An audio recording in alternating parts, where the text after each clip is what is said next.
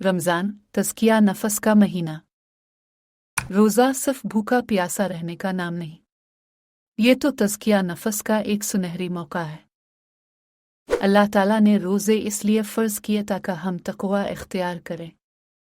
तक़वा का मतलब है अल्लाह से डरना और गुनाहों से बचना। रोज़ा हमें नफ़स पर काबू पाना सिखाता है।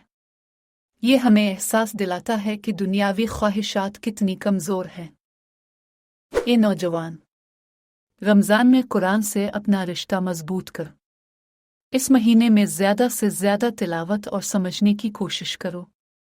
अपनी नमाज़ों को वक्त पर अदा करो और अपने वालिदैन और बड़ों का एहतराम करो। रमज़ान में अपने ख़ानदान के साथ मिलकर इफ्तार करें। ये मोहब्बत और भाईचारे को फ़रोग़ देता है।